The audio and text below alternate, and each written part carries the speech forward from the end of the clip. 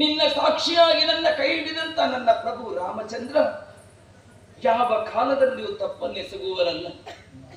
ಆದ್ದರಿಂದಲೇ ಅವರು ಅಕಳಂಕ ವರ ದೈವವಾದಂತ ನನ್ನ ಪ್ರಭುವಾದ ರಾಮಚಂದ್ರವನನ್ನು ಮೀರಿ ಮಾತಿನಿಂದ ಮೈಯಿಂದ ಅರೆ ಕ್ಷಣವಾದರೂ ನಾನು ತಪ್ಪನ್ನೆಸಗಿದ್ದೆ ಹೌದಂತಾದ್ರೆ ನಿನ್ನ ಒಡಲಲ್ಲಿ ನಾನು ಭಸ್ಮವಾಗಿ ಹೋಗಬೇಕು.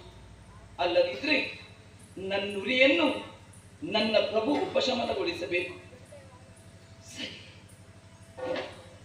ಅಗ್ನಿಕುಂಡವನ್ನು ಸೇರ್ತೇನೆ.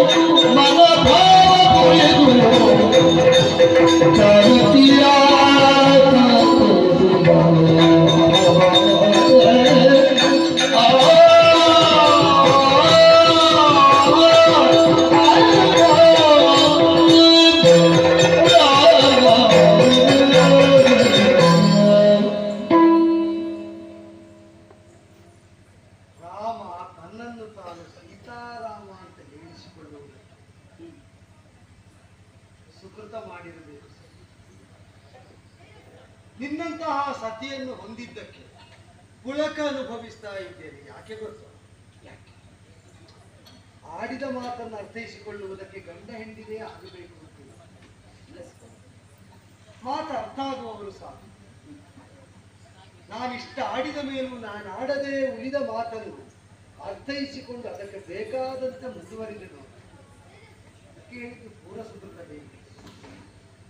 ಅದಲ್ಲವಾದರೆ ಸೂರ್ಯ ಮತ್ತು ಪ್ರಭೆಯಂತೆ ಅನ್ಯೋನ್ಯವಾಗಿದ್ದಂತಹ ಸೀತಾರಾಮರ ದಾಂಪತ್ಯ ಅದು ವಿಚ್ಛೇದಗೊಳ್ಳುವುದಕ್ಕುಂಟು, ಅಲ್ಲಿ ಸಂಕಷ್ಟ ಬರುವುದಕ್ಕುಂಟು. ಹಾಗಾದರೆ ರಾವಣ ವಧಾನಂತರದಲ್ಲಿ ಬರ ಹೇಳಿದ ನಾನು ಬಿರುನುಡಿಯಿಂದಲೇ ನಾನು ನಿನ್ನ ಮುನ್ನಡೆದದ್ದು ಯಾಕೆ ಅಂತ ಭಾವಿಸಿದೆ. ಸೂರ್ಯವಂಶೀಯನಾಗಿ ನನಗೆ ಕರ್ತವ್ಯ ಬಂತು. ಸುದೀರ್ಘವಾದಂತಹ ವರ್ಷಾವಧಿಯಲ್ಲಿ ಪತಿಯಿಂದ ವಿರಹಿತಳಾಗಿ ಅನ್ಯ ಗೃಹದಲ್ಲಿದ್ದವಳನ್ನು ಹಿಂದೆ ಮುಂದೆ ನೋಡದೆ ಶೋಧಿಸದೆ ಸ್ವೀಕರಿಸಿದ ನಾಳೆ ಊರಿನವರು ಸಾಧುಗಳು ಸಜ್ಜನರಾದವರು ಇಲ್ಲ. ಸ್ತ್ರೀ ಜೊತೆನಿದ್ದಾನೆ ರಾಮ. ಹೆಣ್ಣನ್ನು ಹೆಂಡತಿಯನ್ನು ಸ್ವೀಕರಿಸುವ ಕಾಲದಲ್ಲಿ ಹಿಂದೆ ಮುಂದೆ ನೋಡಲಿಲ್ಲ ಅಂತ ಅಪವಾದ ಆಡಿಯಾರ. ಯೋಚಿಸು ಸೀತಾ, ನನ್ನ ಕುರಿತಾಗಿ ಜನರು ಅಪವಾದ ವಚನಗಳನ್ನು ಆಡಿದರೆ ನಾನು ನೋಯ್ತೇನೆ ಇಲ್ಲ ಅಂತಲ್ಲ, ಆದರೆ ನನ್ನಿಂದ ನೋಯುವುದು ನಿನ್ನ ಮನಸ್ಸಲ್ಲಿ ಖಂಡಿತ ಹೌದು. ಹಾಗಾದ್ರೆ ನಿನ್ನ ನೋವನ್ನು ನನ್ನ ನೋವನ್ನು ಸಂಭಾವ್ಯವಾದದ್ದನ್ನು ನಿವಾರಿಸುವುದಕ್ಕೇನು ಮಾರ್ಗ? ಅಗ್ನಿದೀಪ, ಅಗ್ನಿ ಶುಚಿ ಅಂತ ವೈದಿಕ ಪ್ರಮಾಣ. ನಿತ್ಯ ಶುಚಿಯಾದದ್ದು ಅಗ್ನಿ. ಅದರ ಒಡಲನ್ನು ಹೊಕ್ಕು ಕೂದಲು ಕೊಂಕದಂತೆ ಸರ್ವದೇವತೆಗಳು ನೆರೆದು ನಿಂತು ಶೀತ ಪರಿಶುದ್ಧಳು ಅಂತ ಹೇಳ್ತಾ ಇರುವಾಗ ಅಯ್ಯನಾದ ಅಸ್ತಂಗತನಾದಂತಹ ದಶರಥ ಭೂಪತಿಯೇ ಪಿತೃದೇವತೆಗಳ ಗಣದಲ್ಲಿ ಕಾಣಿಸಿಕೊಂಡು ಸೀತೆ ಯೋಗ್ಯಳಿದ್ದಾಳೆ, ಶುದ್ಧಳಿದ್ದಾಳೆ, ಸ್ವೀಕರಿಸು ರಾಮ ಅಂತ ನನಗೆ ಹೇಳುವಂತೆ ನಿನ್ನ ಪುನೀತತೆಯನ್ನು ಪ್ರಕಟಪಡಿಸ್ತಾ ಅಗ್ನಿಕುಂಡದಿಂದ ಎದ್ದು ಬಂದ. ನನ್ನ ಅಪ್ಪ ಕೈಕಾದೇವಿಗೆ ಕೊಟ್ಟ ಮಾತಿಗಾಗಿ ಸೋತು ಮಗನನ್ನು ಕಾಡಿಗಟ್ಟಿದೆ. ಅವರ ಮಗನಾಗಿ ಹೆಂಡತಿಯನ್ನೇ ಆಗಲಿ ಮರಳಿ ಸ್ವೀಕರಿಸುವಾಗ ತುಂಬಾ ಆಲೋಚನೆ ಮಾಡಿದೆ. ಅಂತ ಅಪ್ಪನ ಮಗನು ಹಾಗೇ ಆಗಿಬಿಟ್ಟ. ಹೆಂಡತಿಯ ಕುರಿತಾಗಿ ವಿಷಯ ಬಂದಾಗ ಹಿಂದೆ ಮುಂದೆ ಯೋಚಿಸದೆ ವರ್ತಿಸ್ತಾನೆ ಎಂಬ ಅಪವಾದವನ್ನು ನಿನ್ನ ಸಹಾಯದಿಂದ ನಿವಾರಿಸಿಕೊಳ್ಳ. ನನಗೆ ಅತ್ಯಂತ ಪ್ರಿಯವಾದದ್ದೇನು ಗೊತ್ತಾ? ನಿನ್ನನ್ನು ಬಿಟ್ಟಿದ್ದೇನೆ ಅಂದ ಕಾಲದಲ್ಲೂ ಯಾವ ಕಾಲಕ್ಕೂ ಧರ್ಮವನ್ನು ಬಿಟ್ಟು ವರ್ತಿಸದ ರಾಮ ಅಂತ ಪತಿಯೆಡೆಗೆ ಅಚಂಚಲ ವಿಶ್ವಾಸ ವ್ಯಕ್ತಪಡಿಸಿದನು. ನಮ್ಮ ದಾಂಪತ್ಯವನ್ನು ಮುನ್ನಡೆಸುವಂತಹ ಸೂತ್ರ ಆ ಧರ್ಮ ನಿನಗೂ ಅಪಾಯ ಬಾರದಂತೆ ಕಾಣಿ, ನನ್ನ ಕೀರ್ತಿಯೂ ವರ್ಧನೆಯಾಗುವಂತೆ ಮಾಡಿ. ಆಗಲಿ ಎಲ್ಲರೂ ಆಕ್ರೋಶಿತರ. ಲಕ್ಷ್ಮಣ ಈಗ ಸಮಾಧಾನಗೊಂಡೆ. ಸಮಾಧಾನಗೊಂಡ ಮೇಲೆ ಇನ್ನು ಇಲ್ಲಿ ಹೀಗೆ ಉಳಿಯುವಂತಿರು.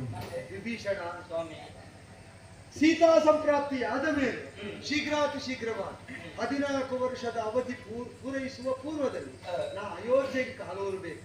ಯಾಕೆ ಅಂದ್ರೆ 14 ವರ್ಷ ಕಳೆದ ಮೇಲೂ ಬಾರದಿದ್ದರೆ ತಾನು ಅಗ್ನಿ ಪ್ರವೇಶ ಮಾಡುವುದಾಗಿ ನನ್ನ ಆತ್ಮೀಯ ಸೋದರನಾದಂತಹ ಭರತರಾಣಿನ ಮಾತು ನೆನಪಿದೆ. ಹಾಗಾದರೆ ಅವಧಿ ಮಿತವಾಗುಂಟು.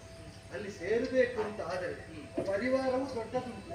ನಿನ್ನ ಪಟ್ಟಾಭಿಷೇಕ ಆಗಬೇಕುಂಟು. ನಾವು ಬರ್ತೇವೆ ಅಂತ ಸುಗ್ರೀವಾಗಿ ಕಪಿವೀರರೆಲ್ಲ ಮೊದಲೇ ಹೇಳಿದ್ದಾರೆ. ಈಗ ಅವರನ್ನೆಲ್ಲ ಕೂಡಿಕೊಂಡು ಕ್ಷಿಪ್ರವಾಗಿ ಹೋಗುವುದಕ್ಕೆ ಏನಾದರೂ ವ್ಯವಸ್ಥೆ? ಸ್ವಾಮಿ, ಇದಕ್ಕೆ ಪರಿಹಾರ ನಾನು ಹೇಳ್ತೇನೆ. ಏನಪ್ಪ? ರಾವಣನ ವಧೆಯ ನಂತರ ಅವರ ಪುಷ್ಪಕ ವಿಮಾನ ಹಾಗೆಯೇ ಉಳಿದಿದೆ ಸ್ವಾಮಿ. ಅದನ್ನ ಏರಿಕೊಂಡು ಹೋಗ್ಬೇಕಾಗಿ ಹೇಳಿದ್ರು. ಆ ವರವನ್ನು ಕೊಡುವಾಗಲೇ ಆ ಕುಬೇರನಿಗೆ ಬ್ರಹ್ಮ ಹೇಳಿದ್ದಾನಂತೆ, ಇದನ್ನು ನೀನು ಒಂದು ಕುಬೇರ, ನಿನ್ನಿಂದ ಯಾರಾದ್ರೂ ಅಪಹರಿಸಿದ್ರೆ ಅವರಿಗೆ ದಕ್ಕುವುದಿಲ್ಲ, ಅವರನ್ನು ಕೊಂದವರಿಗೆ ಇದು ಸಿಗ್ತದೆ ಅಂತ. ಕುಬೇರನಿಂದ ಅಪಹರಿಸಿದವನು ರಾವಣ, ಅವನನ್ನು ಕೊಂದವ ನಾನು. ನನಗೆ ಸಿಕ್ಕಿದ್ದನ್ನು ನಿನಗೆ ಒಪ್ಪಿಸ್ತೇನೆ. ಕ್ಷಿಪ್ರವಾಗಿ ಸಾಕೇತವನ್ನು ಸೇರಬೇಕೆಂಬ ಆಶಯಕ್ಕೆ ಮಾತ್ರ ಎಷ್ಟು ಮಂದಿ ಏರಿದರು ಮತ್ತಷ್ಟು ಸ್ಥಳಾವಕಾಶ ಕೊಡುವಂತ ಸದಾ ರಮಣೀಯವಾದ ವಾತಾವರಣದಿಂದ ಕೂಡಿದ ಆ ದಿವ್ಯ ವಿಮಾನ ಪುಷ್ಪಕ ವಿಮಾನವನ್ನು ಏರಿಕೊಂಡು ನಿನ್ನನ್ನು ಕೂಡಿಕೊಂಡು ಎಲ್ಲರೂ ಸಾಕೇತರನ್ನು